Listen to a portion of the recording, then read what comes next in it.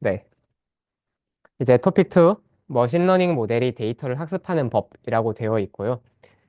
사실 앞으로 배울 4차시 플러스 알파는 전부 다 여기 토픽 2에 들어가 있다고 생각하면 돼요. 결론적으로는. 왜냐하면 그 세부적인 알고리즘 하나하나를 다루는 시간이라고 생각을 하시면 되고요. 그리고 그 프로젝트 관련해서 공지 잠깐만 드리자면, 우리 풀잭을 90, 11차시 동안 하잖아요. 중간 풀잭을. 그동안 이제 AI 진짜 팀플로 만들기를 할 건데, 여러분들이 다 데이터 직접 구하시고, 모델 훈련 돌리시고, 성능 평가하시고, 네. 진짜 의료인공지능 경진대회 스타일로 할 거예요. 아무튼 할 건데, 그때 그럼 그동안 수업이 없느냐? 일단 요약을 해서 말씀드리자면 수업 시간은 똑같이 2시간 반 유지를 할 건데 처음 1시간 정도 제가 수업을 할 거예요. 그래서 사실 지금 오늘부터 그냥 제가 진도가 밀릴 게 확정이거든요. 근데 아무튼 그냥 뒤에 그 시간에 보충한다라고 생각하고 일단 가는 걸로 하고, 그 다음에 또 그때 수업 때 아마 그런 언급들도 할 거예요. 이제 인공지능 약간 제대로 평가하는 법, 좀 실전적으로 제대로 만들고 쓰고 배우는 법, 저도 지난 한 해 동안 배운 게 좀 많기 때문에 여러분들한테 좀 전달을 드리려고 하고, 네. 그래서 약간 그런 실무 플러스 보강이 진행될 예정이다 라고 생각을 해주시면 되고, 그때는 팀플이니까 특히나 제발 빠지지 말고, 네, 많이 많이 나와주시면 좋겠습니다. 자, 들어가 봅시다. 자, 도입 되게 열심히 썼습니다. 그 항상 발문을 단편 소설로 내시는 교수님이 한 분 계시거든요. 그분에게서 이제 영감을 받아가지고 저도 이제 좀 발문을 소설 한 편으로 써봤는데, 네. 열심히 고3 학생들의 학습 패턴과 성적 사이의 연관관계를 고민하던 신경이, 누군지 아시죠? 여러분들 열심히 과제 풀었던 그 스튜던트 데이터.csv 얘기하는 거예요. 네, 당연히 콩콩에 갈 줄 알았지만 아무튼 수능을 너무 잘 봐가지고 고대 의대에 왔다. 네, 축하하고요. 그렇지만 인공지능에 대한 미련을 버리지 못하고 브레인랩에 들어왔다. 그래서 브레인랩 학생들이 열심히, 네, AI 공부한다는 얘기 듣고 안암병원에서 외주 사업을 맡겼다. AI 외주가 좀 셉니다. 단가가. 자, 증검에서 혈액 측정 장비가 고장나가지고 헤모글로빈 수치는 제대로 뜨는데 헤마토크릿이 안 뜬대요. 자, 우울하죠. 그래서 이거죠. 우리 모두 신경이가 되어서 헤모글로빈 수치로 헤마토크릿 수치를 예측하는 인공지능 모델을 만들어 보자. 자, 일단 굉장히 단순하다는 건 느껴지시죠? 그냥 값 하나 가지고 다른 값 하나 맞추는 거예요. 피처가 헤모글로빈, 그 다음에 타깃이 헤마토크릿. 인풋은 변수 하나, 타겟도 변수 하나. 굉장히 단순한 문제죠.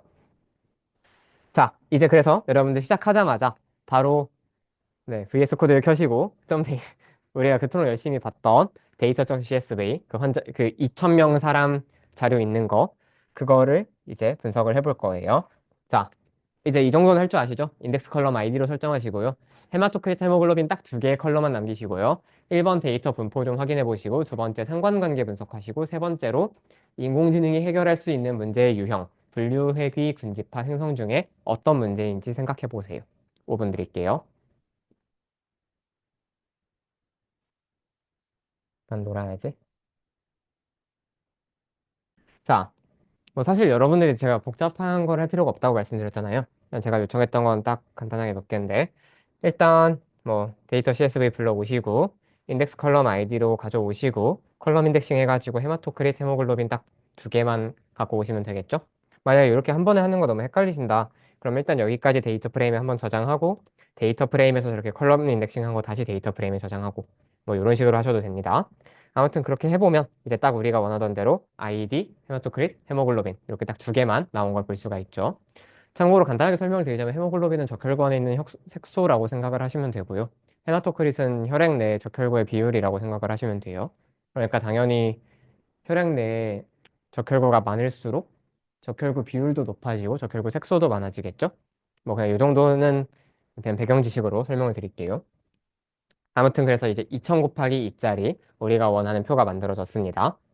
자, 그러면 이제 데이터 분포를 대략적으로 보라고 했으니까 사실 그냥 KD 플롯 그리시는 게 제일 좋을 것 같거든요. 왜냐하면 이 확률 밀도 함수 형태가 분포를 보기에 제일 직관적이라서 그냥 KD로 한번 그려보면, 어 네, 이렇게 하면 되죠. DF가 지금 우리 딱 원하는 컬러만 남겨놨으니까 그냥 바로 점 플롯 찍고 KD 플롯 해주면 되죠. 그러면 이제 헤모글로빈이 대충 보시면 한 10에서 15 정도, 이 정도에 제일 몰려있는 거를 볼 수가 있어요. 대충 10 얼마 정도가 제일 포퓰러한 값이다 라고 생각을 해주시면 되고요. 그다음에 헤마토크리트를 보면 이제 대충 한 30에서 50 사이로 분포를 하고 있는 게 보이시죠? 대충 데이터의 그 분포는 보이시죠? 이 정도면. 네. 그냥 딱 이 정도 하라고 말씀을 드린 거예요. 그 다음에 이제 상관관계를 보라고 했으니까 제일 기본은 이제 선점도부터 시작이겠죠? 그래서 이제 그 데이터 프레임에다가 플러스로 스캐터 플롯을 그려줍니다. 그래서 이제 X축을 헤모글로빈. 왜냐면 우리가 지금 헤모글로빈 갖다가 헤마토크릿 예측하는 거니까 사실 헤모글로빈을 X에다가 헤마토크릿을 Y에다 깔아주는 게 좀 자연스럽겠죠. 이렇게 해가지고 쭉 한번 그려보면 오, 되게 상관관계가 확실히 높다라는 게 딱 보이시죠? 그래가지고 그냥 거의 선형으로 쭉 분포하고 있는 걸 볼 수가 있고 그리고 이제 점코를 메소드 써가지고 상관계수 계산해봐도 0.966 되게 높은 숫자가 나오는 거를 볼 수가 있습니다. 그러면 조금 비교적 간단한 문제죠. 왜냐하면 상관관계가 아주 높은 굉장히 일직선이 딱 보이는 데이터 안에서 X축 갖다가 Y축을 예측해라 이런 문제니까 네, 진짜 이 말 하려고 퀴즈 낸 거고요. 3번만 해봅시다. 자, 어떤 문제일까요? 분류, 회귀, 군집화, 생성.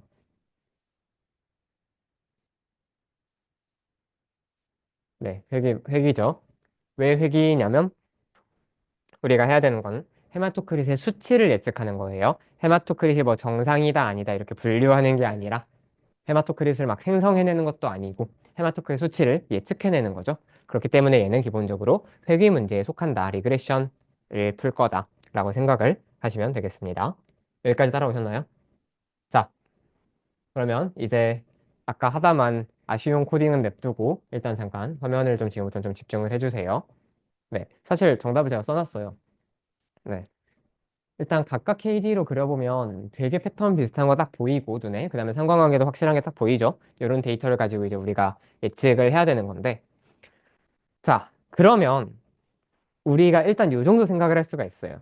아마도 헤마토크릿이 HCT고요. 헤모글로빈이 HB예요. 헤마토크릿과 헤모글로빈은 일참수적인 느낌이 좀 있죠. 딱 한 직선 위에 그냥 대충 설명할 수 있을 것 같죠. 많은 값들을. 그러면 쉽게 말하자면 이거예요. 헤모글로빈, 그러니까 이게 1차 함수, 직선이라고 생각을 해보면 직선의 방정식을 우리가 구할 수 있잖아요. 그래서 약간 y는 ax 플러스 b 형태, 헤마토크릿은 a 곱하기 헤모글로빈 플러스 b 형태의 저 식을 우리가 찾아낼 수 있지 않을까라고 한번 생각을 해보는 거예요. 자, 여기서 제가 데이터 분석이 중요하다고 말씀드린 이유가 나와요. 여러분들이 탐색적 데이터 분석, EDA를 충분히 해보면서 아, 대충 이런 선형적인 관계가 있구나라는 걸 먼저 파악을 하셔야지 그래야 이런 식을 찾을 생각을 할 수가 있어요. 그렇기 때문에 그냥 데이터를 아무렇게나 던져놓고 거기서 먼저 막 머신러닝 뭐 굴리고 막 학습시키고 훈련하고 하는 게 아니라 일단은 충분히 통계적으로 검증을 해보면서 아 이런 데이터 특성이 있구나 얘네 두 개 갖고 뭐 조합해보면 뭐 나오겠는데 이런 특성은 그냥 없애는 게 낫겠는데 이런 것들을 미리 다 파악을 해보셔야 된다는 거예요. 그래서 항상 데이터 분석이 머신러닝에 선행해야 합니다. 정확하게. 네. 아무튼 컨셉은 이해가 되시죠? 이제 우리는 요 1차 함수를 찾는 게 우리의 목표이다. 자, 그러면 이제 문제는 뭐냐면 이 알맞은 A와 B 값을 어떻게 찾아야 할까라는 건데 자, 한번 생각을 해볼게요. 지금 요 헤모글로빈 X축에 들어가는 저 수치는 대충 한 10에서 15, 16, 17 요 정도 값들을 가지고 있어요. 그리고 헤마토크릿은 보면 대충 한 30에서 50 정도 사이에 값들이 다 몰려 있네요. 대충 한 몇 대 몇쯤 될 것 같아요? 1대 3? 1대 2? 뭐 대충 그 정도 안에 있는 것 같죠? 그래서 한번 식들을 몇 개를 테스트 해 볼게요. 자, 하나는 뭐 해볼 거냐면요. y는 3x를 테스트 해 볼 거고요. 하나는 y는 2x 해주는데 2x만 해주면 저 값들이 한 20에서 30 사이니까 좀 낮을 것 같아요. 한 10 더 해보고 하나는 또 2x에다가 한 15 더 해보고 이런 식으로 식 3개 정도를 한번 테스트를 해볼게요. 자, 지금부터 한번 좀 집중을 해서 들어주세요. 지금부터 이제 설명드리는 내용이 머신러닝의 가장 핵심이기 때문에 설명을 한번 좀 잘 들어주세요. 그래서 지금 이제 뭘 해본 거냐면요. 헤모글로빈이 얼마일 때, 지금 헤모글로빈은 다 통일을 했어요. 10, 12, 14, 16, 18 이렇게 딱 5가지 값들을 우리가 테스트를 해볼 거예요. 그러면 이미 사실 저 데이터에 헤마토크릿이 얼마가 되어야 한다라고 정답은 나와 있어요. 33.6, 37.2 이런 식으로 헤모글로빈이 요만큼일 때 실제 정답은 요거다라고 이미 나와 있죠. 자, 그런데 우리는 지금 예측을 하는 모델을 만들고 싶은 거니까 y는 3x, 2x 플러스 10, 그 다음에 2x 플러스 15라는 세 가지 각식에서 한번 예측 값들을 뽑아볼게요. 어떤 식으로 하는지 아시겠죠? 예를 들어서 y는 3x가 우리의 식이다. 그러면 헤모글로빈이 10부터 18까지 변할 때 그냥 3배씩 해가지고 30부터 54까지를 우리의 예측이라고 내놓는 거예요.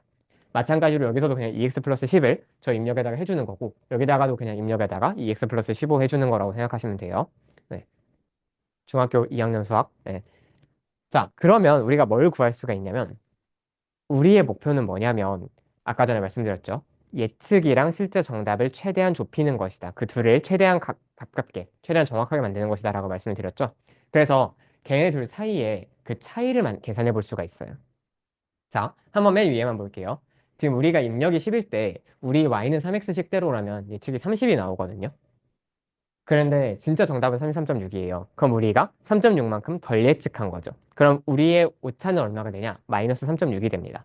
이런 식으로 각 값들마다 실제 정답과 정답은 항상 똑같겠지만 예측은 모델마다 달라지겠죠. 식들마다. 그 예측 사이의 차이를 이렇게 빨간색 칸에 쓰인 것처럼 계산을 할 수 있다는 뜻이에요. 그래서 저 예측과 정답의 차이를 우리가 에러, 오차라고 부릅니다. 자, 여기까지 이해되셨죠? 자, 그러면 우리가 오차를 어떻게 판단을 하냐? 평균적으로 오차가 더 큰 모델은 그만큼 부정확한 모델일 거고 평균적으로 오차가 작은 모델은 그만큼 정확한 모델이겠죠. 그러니까 이제 오차의 평균을 낼 거예요. 자, 다만 그냥 오차를 싹 다 평균내면 사실 뭐 별로 의미 있는 수치가 안 나오겠죠. 왜냐하면 부호가 뒤집히기 때문에. 그래서 우리 늘상 해왔던 것처럼 절대값을 한번 씌워줘 봅시다. 자, 그래서 이 오차에다 싹 다 절대값을 씌운 다음에 평균을 때리면 뭐 제가 수학을 맞게 했다면 1.4, 5.1, 1.2가 나와요. 자, 어느 모델이 제일 좋아요? 이 중에? 네, 답을 써놨네요. 3번이 일단 뭐 그냥 직관적으로 볼 때 제일 괜찮아 보이죠, 이 모델이. 1.2니까. 그래서 우리가 해야 될 일은 이런 식으로 여러 가지 모델들을 만들어 본 다음에 그 예측된 헤마토크릿과 실제 정답 헤마토크릿 그 사이에 오차를 최소화해주는 그런 모델을 우리가 찾아야 한다. 라고 우리가 문제를 받아들이시면 돼요. 여기까지 이해되셨나요? 네. 자, 근데 요게 패턴이 되게 명확하거든요. 왜냐면 이거를 제가 다 일일이 만들어 놓긴 했지만 사실 규칙이 되게 뻔해요. 왜냐면 입력값 고정, 정답값 고정이죠. 여기 들어갈 예측값들은 사실 우리 모델을 그냥 ax 플러스 b라고 생각을 했으면 그냥 입력에 ab 플러스 b, 입력에 ab 플러스 b 이렇게 되는 거죠. 그래서 사실 예측값은 a와 b에 관한 식으로 다 나타낼 수가 있을 거예요. 10a 플러스 b부터 18a 플러스 b까지. 여기까지 이해되시죠? 자, 그러면 여기 있는 이 오차도 사실은 그냥 정답이랑 예측이랑 뺀 다음에 절대값이었잖아요. 그러면 얘도 마찬가지로 그냥 33.6 정답에서 예측 12 플러스 b 뺀 다음에 절대값 밑에도 다 똑같이 이렇게 만들어 버릴 수 있겠죠? 그리고 결론적으로 우리가 지금 비교하고자 했었던 얘 오차의 평균이라는 거는 여기 5개의 칸에 쓰인 값들을 다 평균치인 거잖아요. 그래서 결론적으로는 어떤 결론에 도달하냐? A랑 B만 있으면 우리는 바로 손쉽게 그 오차의 평균을 구할 수 있다라는 결론에 도달을 합니다. 여기까지 이해되셨나요? 자, 그래서 우리가 이 오차를 어떻게 부르냐면요. 이 오차들을 아까 평균치 값을 우리가 그거를 손실이라고 부릅니다. 로스. 이게 아주 중요한 개념이에요. 손실이라고 불러요. 왜냐하면 이 오차라는 것들이 사실 이런 식으로 다 패턴화가 되기 때문에 얘네들의 평균이라고 생각을 할 수가 있기 때문이에요. 그래서 이 손실이라는 거는 그거잖아요. 실제 정답과 얘의 예측의 차이. 그만큼 얘가 지금 잘못된 정보 판단, 그만큼의 정보 손실이 있다라는 얘기니까 이 손실을 줄인다. 그게 우리의 목적이다라고 생각을 해주시면 돼요. 여기까지 따라오셨죠? 자, 그래서 약간 수학인데 진짜 쉬운 수학이에요, 이건. 자, 이게 뭐냐면 그냥 정답 빼기 a 곱하기 입력 플러스 b. 요 a 곱하기 입력 플러스 b가 저거잖아요, 예측. 그래서 정답과 예측의 차이에 절대값을 씌운 다음에 싹 다 더하고 n분의 1 하면 평균이죠. 그래서 저 로스라는 손실이라는 값을 이렇게 식으로 깔끔하게 쓸 수 있다라는 얘기예요. 여기까지 따라오셨죠? 자, 그런데 여기서 재밌는 거 하나가 뭐가 있냐면 answer i랑 input i는 어차피 그냥 그 몇 번째 i 번째 그 행에 있는 정답값, 입력값 우리가 다 이미 알고 있는 데이터들이잖아요. 그래서 쟤네들은 사실 뭐라고 해야 되지? 이미 있는 값이에요. 그러니까 어떤 상수라고 생각할 수가 있어요. 결론적으로 이 손실함수는 어떻게 되냐면 우리가 a와 b를 얼마라고 잡느냐에 따라서 결정되는 a와 b에 대한 함수라고 접근을 할 수 있는 거예요. 이해되세요? 자, 그래서 이 손실의 크기를 A와 B가 사실 파라미터죠. 우리가 찾고자 하는 그 모델의 값, 아까 파라미터라는 걸 제가 설명을 드렸었는데 그 파라미터에 관한 함수로 나타낼 수가 있어요. 그래서 그거를 우리가 손실 함수라고 부릅니다. 자, 여기까지 이해되시죠? 예측과 정답의 차이가 오차인데 그걸 싹 다 평균 낸 걸 손실이라고 하고 그 손실을 파라미터에 대한 함수의 형태로 표현을 바꿔준 것을 손실 함수라고 부른다. 여기까지 이해가 되셨을 거라고 생각을 해요. 자, 그러면 우리의 목표는 뭐냐? 당연히 A와 B의 값을 찾아서 이 손실함수의 값이 최소가 되는 A와 B를 찾는 거겠죠. 네. 여기까지 이 말을 굉장히 1분반도 하고 있는 것 같을 때 여기까지 따라오셨나요? 네, 좋습니다. 자, 근데 사실 손실함수를 종류가 한 가지가 아니기는 해요. 자, 지금 우리가 이렇게 오차에다가 절대값을 씌웠죠? 이런 걸 우리가 평균 절대값 오차, 민 앱솔루트 에러라고 부릅니다.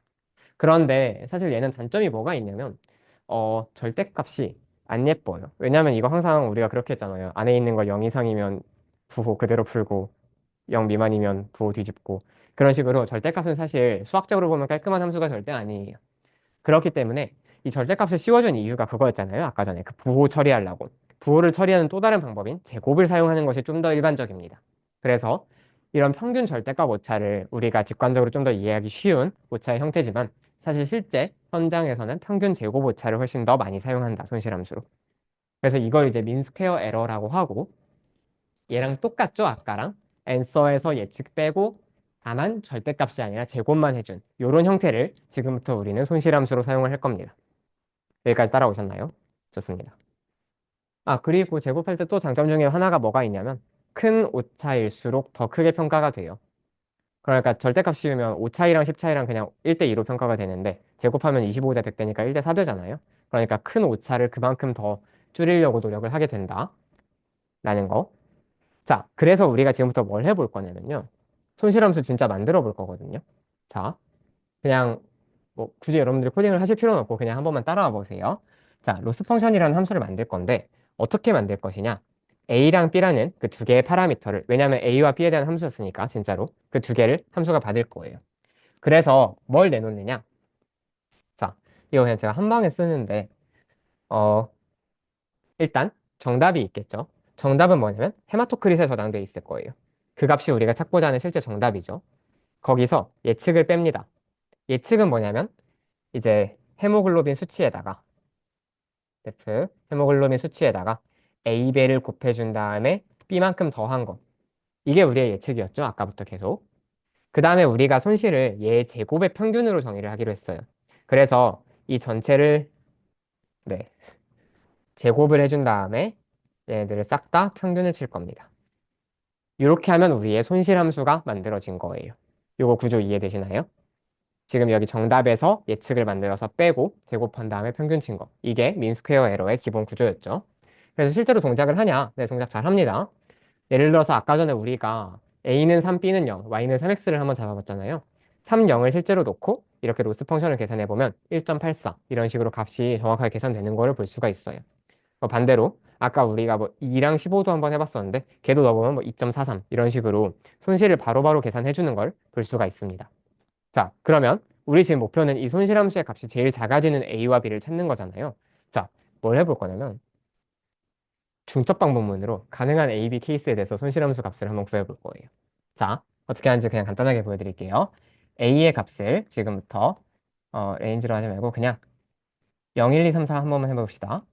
그리고 B의 값도 어떻게 해볼 거냐면 0, 5, 10, 15, 20 이 정도만 한번 테스트를 해볼게요. 그리고 프린트 A와 B를 값을 먼저 출력을 한 다음에 배에 해당하는 손실함수 값을 같이 출력을 해라. 이렇게 한번 하고 쭉 돌려보겠습니다. 계산 엄청 빠르죠? 자, 이거 어떻게 읽으시면 되냐면요. 맨 위에 A는 0이고 B는 0이면 손실함수의 값은 1780이다. A는 0이고 B는 5면 손실함수 값은 1385다. 이런 식으로 이해하시면 돼요. 대충 뭐 한 건지 보이시나요? 자, 그래서 이렇게 쭉 계산한 거를 그냥 제가 표로 한번 정리를 해봤어요. 자, 그러니까 대충 이제 크기에 대한 감이 오시죠? 여기가 지금 A고 여기가 B인데 A와 B의 값이 이렇게 될 때마다 요만큼의 손실 값이 나온다는 거예요. 자, 그럼 이 중에 우리의 목표는 손실을 최소화를 했으니까 뭐가 제일 좋은 상태인가요? 1.8 A3 B빵 요게 지금 제일 좋은 케이스라는 걸 알 수가 있겠죠? 자, 그러면 Y는 3X 박수치고 끝내면 되느냐? 아닙니다. 왜냐하면 이거 함수잖아요. 연속적인 값이에요. 그러니까 우리가 테스트해본 케이스 중에서는 분명히 3콤마 빵이 최적이 맞았지만 실제로는 조금 더 정교한 값이 있을 가능성이 높다라는 얘기죠. 그래서 뭐 이렇게도 생각을 해볼 수 있겠죠. 그럼 얘를 0.1 단위로 만들어 가지고 케이스를 더 늘려보면 되느냐. 근데 그거를 물론 하면 더 정밀한 값은 나오겠지만 정확한 정답은 영원히 찾을 수 없을 거예요. 그런 방법으로는 연산량도 점점 늘어나고. 그래서 이 방법은 좀 아니라는 생각이 들어요. 로스 펑션은 우리가 잘 만들었지만 무슨 말인지 알겠죠? 네. 그래서 새로운 접근법이 필요합니다. 손실함수를 최적화할 수 있는. 자, 그래서 지금부터 그 최적의 파라미터를 진짜로 어떻게 탐색을 하느냐. 이걸 한번 설명을 드려볼게요. 잘 들어보세요. 일단 A와 B의 값을 랜덤으로 아무렇게나 놔요. A는 빵, B는 빵이라고 한번 해볼게요. 진짜 그냥 아무렇게나 랜덤으로. 그러면 자, 어떻게 되느냐? 로스 펑션 빵빵을 출력을 해보면 손실이 굉장히 커요. 1780이라는 큰 값이 나오는 거를 볼 수가 있습니다. 사실 빵빵이란 건 뭐냐면요. 모든 값을 다 0으로 찍었다는 얘기예요. 그냥 빵 x 플러스 빵이니까. 인풋에 뭐가 들어가든 그냥 다 0으로 찍었을 때 저만큼의 손실이 나온다는 얘기예요. 자, 그럼 이제 우리가 뭘 해볼 거냐면요. A랑 B를 조금만 늘렸을 때 손실이 감소하는지 증가하는지를 볼 거예요. 그래서 만약에 손실이 줄어든다. A만 조금 늘렸을 때. 그러면 A는 늘리는 게 좋은 거죠. 반대로 뭐 예를 들어서 B를 늘렸는데 손실이 올라간다. 그럼 B는 늘리면 안 되겠죠. 손실을 우린 줄여야 되니까 반대로 내려야 될 거예요. 이런 방향성 판단을 위해서 A랑 B를 아주 조금 미세하게 0.01씩만 높여가지고 손실함수 값을 한번 테스트를 해보겠습니다. 자, 그래서 제가 진짜로 해본 결과인데요. 어제 저녁에. 자, A에다가 0.01, B에다가 0. A만 0.01만큼 올린 거죠. 100분의 1만큼. 그랬더니 손실함수가 1768.8이 나왔어요. 무슨 말이냐면 A를 조금 올리니까 손실함수가 11.7이 내려간 거예요. 이해되세요? 그 다음에 B만 한번 0.01을 올려봤어요. 그랬더니 손실함수가 0.8만큼 낮아지더래요. 그럼 일단 둘 다 각각 올리는 게 손실함수 최소화에 도움이 되기는 하나요? 그렇죠. 왜냐하면 어쨌든 A도 B도 조금씩 늘렸을 때 손실함수가 낮아지긴 했으니까. 그럼 둘 다 늘리기는 해야 돼요. 그런데 기여도가 좀 다르죠? A를 높이는 건 확 내려가는데 B를 높이는 거는 좀 미미해요. 자, 그래서 우리는 무슨 짓을 하냐면요. 지금 요 비율에 정확하게 비례해서 A가 지금 11.7만큼 내려주고 B가 0.8만큼 내려주니까 한번 A는 1.17, B는 0.08. 여기 지금 10분의 1씩 해준 거죠? 그만큼만 높여봅시다, 둘을. 여기까지 이해되셨어요? 지금 우리가 무슨 작업을 한 거냐면 A랑 B를 각각 아주 미세하게만 움직여 본 거예요. 그 다음에 손실함수가 얼만큼씩 떨어지는지를 관찰을 했죠. 그러니까 둘 다 늘리는 게 손실함수 줄이는데 도움이 된다라는 것까지는 알았어요. 근데 기여하는 바가 달라요. 11.7, 0.8. 그러니까 그 비율을 유지하면서 조금씩만 높여줘 보자는 거예요. A랑 B를. 물론 이 값은 여러분 마음이에요. 0.117, 0.008 올리셔도 되고 뭐 한 번에 그냥 11.7, 0.8 올리셔도 되고 여러분 마음인데 한번 그만큼 A와 B를 조금만 움직여서 손실함수를 줄여보자는 얘기예요. 자, 그래서 실제로 A를 요만큼 올리고 B를 요만큼 올리면 무슨 결과가 나오느냐? 손실함수가 669.4가 됐어요. 많이 줄었죠? 거의 1000 가까이 줄어들었어요, 한 번에. 자, 그러면 여기서 이제 우리가 무슨 짓을 또 하냐? 마찬가지로 이 위치에선 또 A와 B를 늘리는 게 이번에는 도움이 될지 안 될지 모르잖아요. 그럼 다시 한번 A와 B를 각각 진짜 미세하게 100분의 1씩 올리면서 손실함수가 감소하는지를 보는 거예요. 뭐 하는지 이해되세요? 자, 그래서 A를 한번 100분의 1만큼 살짝만 올려보니까 손실함수가 7.2 떨어져요. B를 100분의 1을 올려가니까 손실함수가 0.5 떨어져요. 자, 그러면 여전히 A랑 B를 올리는 건 좋나요? 좋죠. 손실함수가 내려가고 있죠. 그런데 A와 B의 기여도가 또 다르죠. 지금도.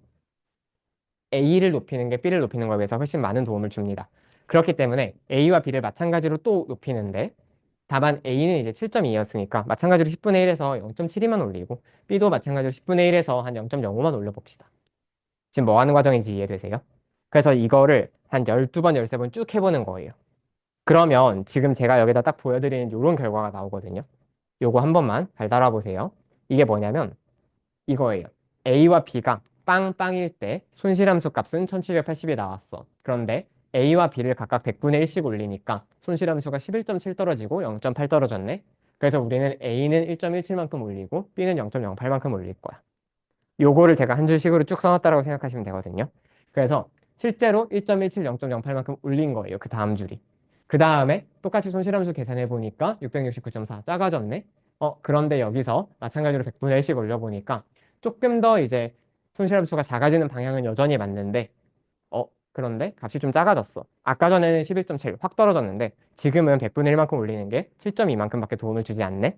어쨌든 그만큼 비례해서 0.72, 0.05만큼 올렸어.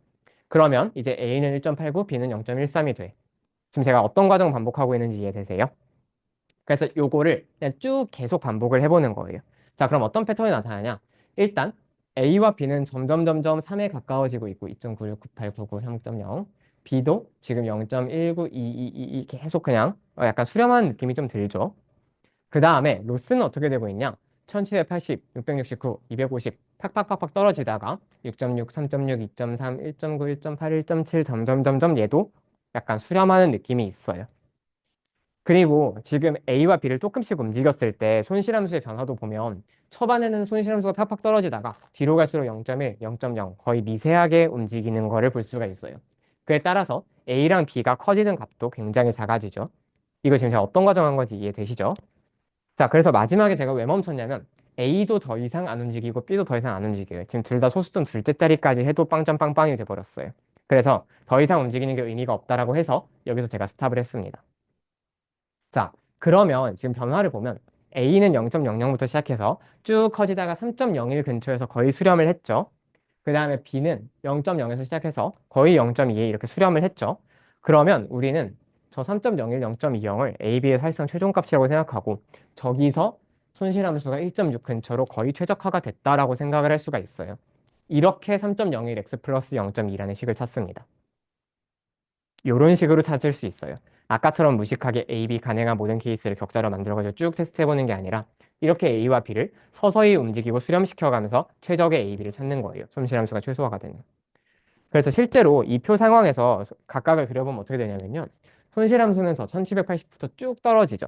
근데 그러다가 마지막에 거의 변화가 없는 상태를 볼 수가 있죠. 마찬가지로 A랑 B도 지금 15번씩 반복을 한 건데 A랑 B도 이렇게 쭉 올라가다가 3.01 근처에서 수렴. B도 지금 이게 살짝 그 뭐냐 반올림이 달라가지고 값이 살짝 다르기는 한데 저기 기준으로 하면 0.2 근처에서 수렴. 결론적으로 손실함수도 이렇게 떨어지다가 어느 순간부터 감소하고 A와 B도 어딘가로 계속 한없이 가까워지긴 하겠지만 대충 어느 정도 값인지는 거의 확실하게 알 수가 있죠. 이런 방식으로 우리가 A와 B의 최저값을 결정할 수가 있습니다. 복잡하죠? 그렇지만 어떤 원리인지는 이해가 되시나요? 네. 그래서 이 과정을 조금만 일반화를 해볼게요. 우리가 했던 과정은 이겁니다. A와 B가 아무 숫자나 일단 넣었어요. 그 다음에 손실함수 값을 계산을 하고 그리고 A와 B를 아주 미세하게 조금씩만 올렸을 때 손실함수가 얼마나 떨어지는지를 봤죠. 그리고 손실함수를 더 많이 떨어뜨리는 놈을 그만큼 더 많이 키우고 손실함수를 조금 떨어뜨리는 놈은 조금만 키우고 이런 식으로 하면서 A와 B의 값을 계속 갱신을 해줬어요. 새로운 값들을 만들어줬죠. 그래서 어떻게 됐느냐? 실제로 해보니까 손실함수가 계속 이렇게 팍팍팍팍 떨어지는 게 아니라 얘가 굉장히 부드럽게 수렴하는 듯한 모양을 그려요. 그리고 A와 B도 지금 마찬가지죠. 얘도 점점점점 빵빵부터 늘어나다가 각각 3.01, 0.20이라는 값에 수렴을 하게 돼요. 그래서 우리는 이런 수렴의 결과로 이 A와 B의 수렴 값을 파라미터로 결정을 해줄 수가 있다라는 거예요. 이해가 되시나요? 자, 그래서 이런 해결책이 왜 가능한지를 이제 조금만 더 이해를 해볼게요. 손실함수 아까 다시 한번 보면 이거 A에 대해서 2차 함수, B에 대해서 2차 함수인 거 이해되세요? 왜냐면 이거 어차피 전개하면 A 2차항 될 거고 B 2차항 될 거니까 각각에 대해서 생각해보면 2차 함수죠. 자, 그러면 우리가 맨 처음에 출발했던 그 0,0이라는 값은 뭐냐면요.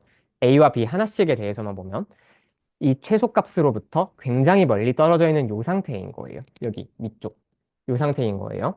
그런데 우리가 지금 뭘 했냐면 여기서 A, B를 조금씩 이렇게 움직여가면서 이 손실함수의 값이 최소가 되는 저 극소값, 최소값, 꼭지점, 저기를 찾았던 거죠.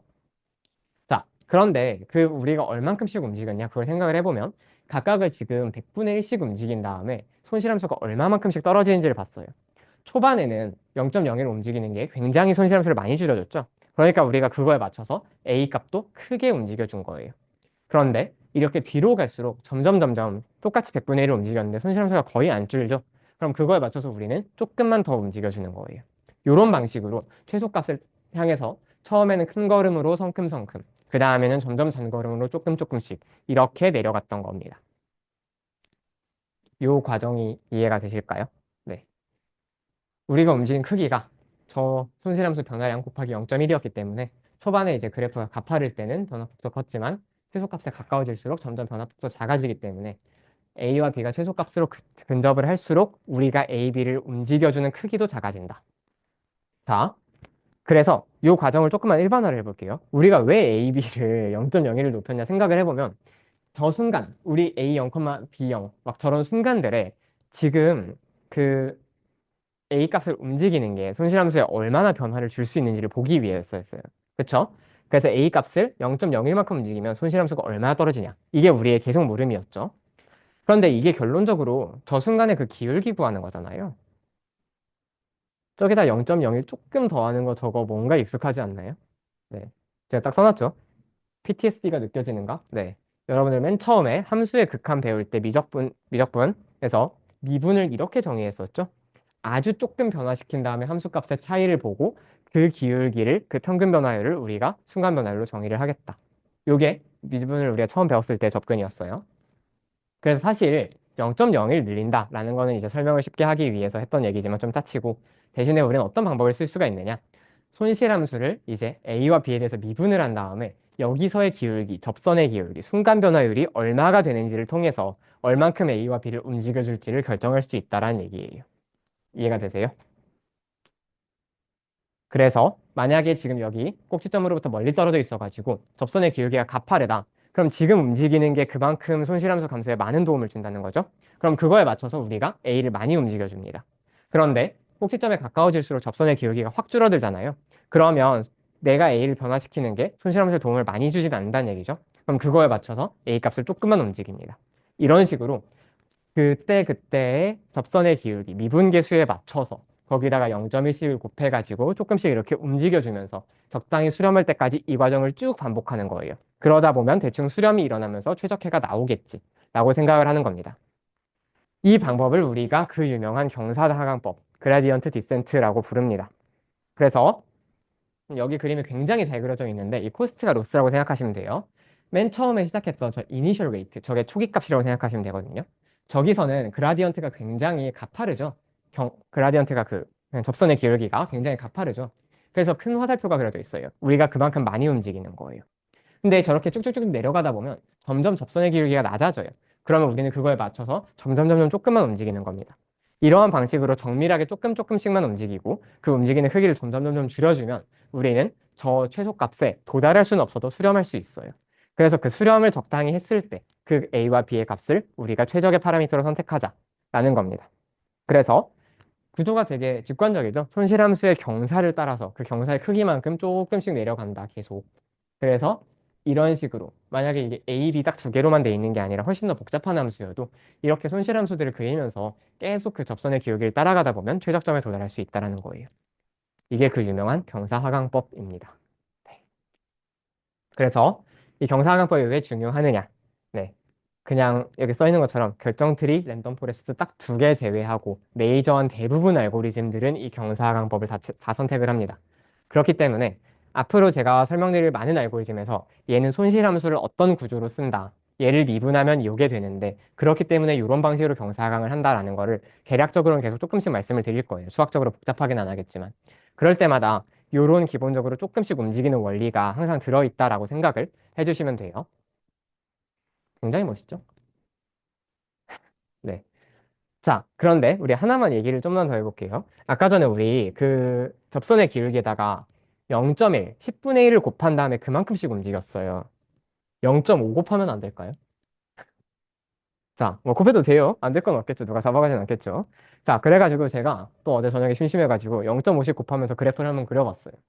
자, 근데 어떤 결과가 나오냐면 지금 이게 A도 이렇게 나오고 B도 이렇게 나오는데 손실함수 로스는 여전히 수렴을 해요. 쭉 예쁘게 내려가요. 근데 A가 굉장히 패턴이 이상하죠. 쭉쭉쭉쭉 무슨 이거 진동발산 옛날에 여러분들 아시는 되게 그런 패턴이 그러시잖아요. 왜 이런 일이 일어나느냐? 뭐냐면 이렇게 부드럽게 내려오는 게 우리의 이상적인 목표였잖아요. 근데 한 번에 저 스텝을 너무 키워버린 거예요. 그래서 한번 딱 증가를 시키자마자 그냥 웨이트를 넘어가가지고 최적점을 그냥 저쪽 방향으로 아예 가버린 거예요. 요거 이해가 되세요? 무슨 상황인지? 네. 그래가지고 0.1이 아니라 0.50 곱하면 이런 식으로 서로 그 최적점을 기준으로 넘나들면서 물론 언젠가 수렴은 할 수도 있겠지만 이렇게 굉장히 비효율적인 학습이 이루어질 수도 있다라는 거예요. 무슨 말인지 알겠죠? 네. 아, 참고로 넘어가면 어떻게 되느냐? 넘어가면 여기서부터 A 값을 더 키우는 게 방해가 된다라고 숫자가 나오겠죠? 손실함수가 더 커지니까. 그럼 반대로 A를 줄이는 방향이 되어야 됩니다. 그래서 A를 줄이고 다시 늘리고 다시 줄이고 다시 늘리고 이런 과정이 기괴하게 반복이 되는 상황이다라고 생각을 해주시면 되고요. 참고로, 더더 참고로, 만약에 저 폭이 이 폭보다 더 크다. 그럼 아예 발산할 수도 있어요. 학습을 안 하는 거죠. 네. 그런 일이 일어날 수도 있다. 반대로 0.01을 곱하면 어떻게 되느냐? 10분의 1로 줄여가지고 이것도 한번 얘기를 해볼게요. 당연히 안 될 거 없죠. 그런데 지금 아까랑 똑같이 15회 반복을 해본 거예요. 그 과정을. 그랬더니 수렴을 안 하는 거 같죠? 뭔가? 느낌이? 사실 이건 수렴을 안 한 게 아니라 그냥 너무 조금씩 움직여가지고 수렴을 안 하는 것처럼 지금 보이고 있는 상황인 거예요. 손실함수 감소해요. 근데 아까 전에 우리가 이상적으로 봤었던 상황을 살펴보면 그냥 15번 만에 거의 1점 몇, 2점 몇까지 쭉 내려갔죠. 근데 지금 여기는 15번을 반복했는데 아직도 200 얼마예요. 그러니까 손실함수가 내려는 오는데 지금 요 발걸음 한 칸 한 칸이 너무 작아가지고 안 내려, 충분히 빠르게 못 내려오고 있는 거예요. 이해가 되시죠? 0.01만 곱하니까 A, B가 너무 조금씩 변하는 거예요. 그래서 실제로 한 150번으로 늘리잖아요. 그럼 얘도 분명히 수렴을 해요. A도 횟수를 충분히 늘려보면. 근데 아까 전에 0.1을 곱했으면 15번 만에 충분히 수렴을 했는데 얘는 150번이나 해야 된다. 너무 비효율적이죠, 연산량이. 네. 그래서 우리 아까 전에 그 손실함수의 미분계수 그 0.01 살짝 올렸을 때 몇씩 변하느냐. 거기다가 0.1을 곱했잖아요. 이 0.1을 우리가 학습률, 러닝 레이트라고 부릅니다. 그래서 만약에 학습률이 최적이다, 지금처럼. 그러면 이렇게 쭉 내려오면서 아름답게 네, 최저값에 도달을 할 수가 있겠죠. 근데 만약에 이 러닝 레이트가 너무 작다. 그러면 내려놓을 거예요. 근데 도달하는데 너무 많은 시간이 걸려가지고 연산이 굉장히 비효율적이겠죠. 만약에 뭐 한 저게 100분의 1이었으니까 망정이지. 한 10,000분의 1씩 됐다고 생각해 보세요. 만 몇 번, 2만 몇 번을 해도 수렴을 안 했을 수도 있어요.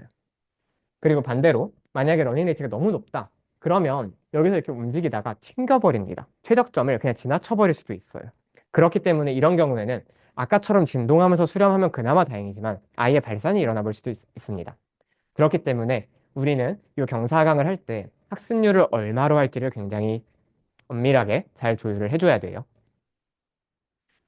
물론 제가 저기 적당함에다 눈웃음 2개 쳐놨죠. 네. 적당한 건 여러분들 알아서라는 뜻이고, 다만 여러분들이 알아서가 얼마일지를 잘 모르실 테니까 대충 1000분의 1, 100분의 1, 10분의 1 3번 정도 해보시면서 판단하면 됩니다. 이해되시죠? 자, 그래서 지금까지 공부했던 이게 바로 선형 회귀 알고리즘입니다. 자, 놀랍게도 머신러닝에서 가장 간단한 알고리즘이고요. 네. 근데 실제로 해보면 간단해요. 지금 경사강의 원리를 여러분께 좀 천천히 설명드리느라 어렵게 느껴질 수 있는데 기본적으로는 딱 파라미터 2개만 결정하는 경사강이기 때문에 되게 간단합니다. 자, 그래서 우리가 지금까지 했었던 걸 정리해 볼게요. 여러분들 신경이를 아마 까먹고 있었겠지만 우린 지금 헤모글로빈 갖다 헤마토크rit 맞추는 문제 풀고 있었습니다. 근데 그거를 y는 ax 플러스 b꼴에 하나의 직선으로 설명을 하려고 그랬어요. 이제 여러분들께 중2 감성으로 쉽게 1차 함수로 설명을 드리려고 ax 플러스 b라고 했지만 보통 머신러닝에서는 wx 플러스 b로 쓰긴 합니다. 왜냐하면 w가 가중치, 웨이트고요. 그러니까 이 x에다가 얼마나 가중을 줄지 여기에 2배가 곱해지면 그만큼 x를 더 키우는 거고 0.5배가 되면 x를 줄이는 거니까 그 가중치 그리고 뒤에 붙는 저 상수 b를 편향이라고 부릅니다. 아무튼 그래서 우리는 뭘 하는 거냐면 그냥 x 하나 들어가면 1차 함수로 바로 wx 플러스 b가 나오겠죠. 이런 간단한 알고리즘이 선형 회귀 모델입니다. 그런데 그걸 어떻게 찾느냐? 예측에서 요 wx 플러스 b로 아니지 정답에서 요 wx 플러스 b로 구한 예측을 서로 뺍니다. 그럼 이게 에러죠, 오차죠. 그걸 제곱해요. 그러면 그게 제곱 오차가 되고 그걸 평균친 거를 민 스퀘어 에러, MSE, 평균 제곱 오차라고 해서 우리가 그거를 손실함수로 쓴다라고 했고 얘를 제일 줄여주는 w 값과 b 값을 찾는 게 우리의 목표다라고 말씀을 드렸습니다. 그래서 어떻게 하느냐? 알고리즘 한번 요약해 볼게요. 임의의 w와 b 값을 결정한다. 아까 제가 00으로 뒀는데 실제로 표준이 00입니다. 00으로 일단 둬봐요. 그 다음에 w와 b의 값이 수렴할 때까지 계속 반복을 해요. 어떻게 하느냐? 자, 저기로가 뭐냐면 저게 편미분이거든요. 저게 뭐냐면 그 dx, dy 그거랑 똑같은데 저 델이 들어가 있으면 저 문자에 대해서만 미분한다라는 얘기예요. 그러니까 지금 w와 b에 대한 함수지만 b는 상수 취급하고 w로만 미분한다라고 생각하시면 되고 뒤에 거는 w를 상수 취급하고 b에 대해서만 미분한다라고 생각하시면 돼요. 왜냐하면 그 변수 하나를 움직였을 때 변화량을 보고 싶은 게 우리의 목적이기 때문에. 자, 그래서 얘네 두 개 각각 계산을 해요. 아까 전에 제가 경사하강법을 그라디언트 디센트라고 부른다고 했는데 요때 나오는 이 미분계수, 편미분계수, 요게 바로 그라디언트입니다. 그 다음에 거기다가 0.1만큼씩 곱해가지고 A와 B를 옮겨줍니다.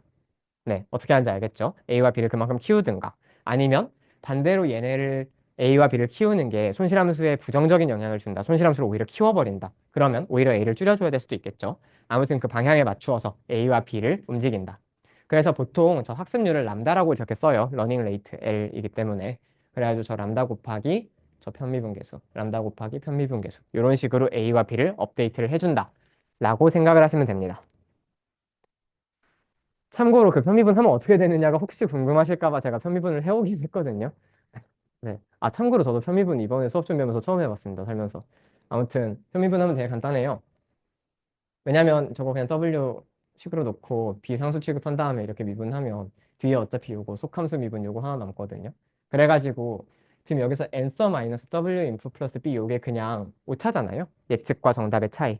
거기다가 인풋만큼 곱한 거. 그 다음에 오차 그 자체. 결론적으로 오차에 비례하는 만큼 움직여주는 우리의 아까 그 방식이 맞았다라는 거를 쉽게 알 수가 있죠. 네. 참고입니다. 아무튼 이런 식으로 해서 얼마씩 움직여야 될지 결정할 수가 있고요.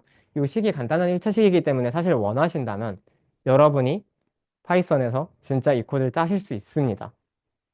그 느낌이 오시죠? 아까 전에 했던 게 그냥 이게 에러니까 여기다가 점 헤모글로빈 곱하고 마이너스 붙인 다음에 2배 해가지고 점 민 치면 되겠죠? 그렇게 해서 여러분들이 이 원리를 진짜 구현해 버리실 수도 있어요.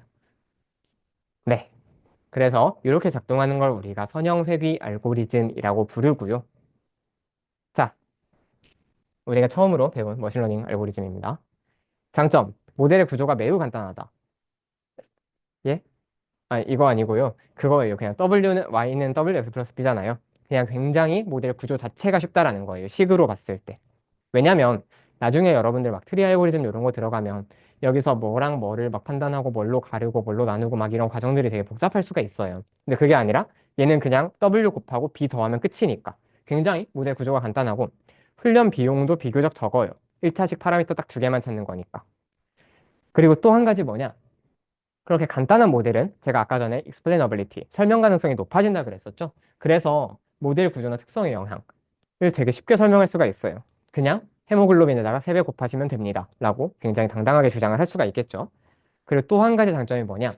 통계적으로 해석을 할 수 있다는 게 있는데 여기 의학 통계학을 들으신 분들은 사실 회귀 분석이라는 통계학적 기법으로 아마 처음에 공부를 하셨을 거예요. 그 회귀가 이 회귀거든요. 같은 회귀예요, 놀랍게도. 실제로 저도 회귀 알고리즘을 도대체 어떻게 가르쳤을까 하고 의학 통계학 2년 전에 공부했던 거 자료를 뒤져봤는데 어떻게 구한다를 안 가르쳤더라고요. 왜 그러냐면 이게 실체이기 때문에 안 가르친 겁니다. 네. 아무튼 그래서 통계적인 방법론으로 어쨌든 확장해가지고 해석을 할 수가 있다. 왜냐하면 걔네들 사이의 연관관계가 얼마나 되는지를 이 회귀 알고리즘을 통해서 쉽게 해석할 수 있기 때문에. 자, 그럼 단점은 뭐가 있느냐? 네. 뭐 너무 명확하죠. 이 간단한 1차 함수라는 구조가 장점인 동시에 단점이에요. 이 1차 함수를 안 따르는 애들한테는 설명력이 확 떨어지겠죠, 기본적으로.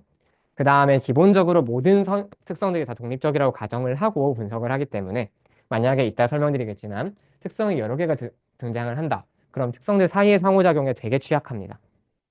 그리고 마지막으로 이것도 있는데 이상치에 되게 쉽게 좌우되거든요. 무슨 말이냐면 지금 이렇게 선을 긋고 싶은데 저 위에 점이 이상치라서 지 혼자 저기가 있다고 쳐봐요. 그럼 선이 이렇게 올라가요. 그러니까 이상치 하나하나에 되게 민감하게 반응한다라는 단점도 있습니다. 그렇지만 어쨌든 되게 기본적이면서도 간단하고 안정적인 알고리즘이기 때문에 아직도 많이 쓴다. 제가 아까 말씀드렸죠. AI 모델들은 새로운 알고리즘이 나와도 대체하는 관계가 아니라 보완하는 관계다. 그래서 얘가 나와 뒤에 막 복잡한 뉴럴 네트워크, 신경망 구조들이 나와도 얘는 아직까지 많이 잘 쓰인다. 까지가 선형 알고리즘의 설명이었고요. 1분만 쉬었다 갑시다. 아, 힘드네요.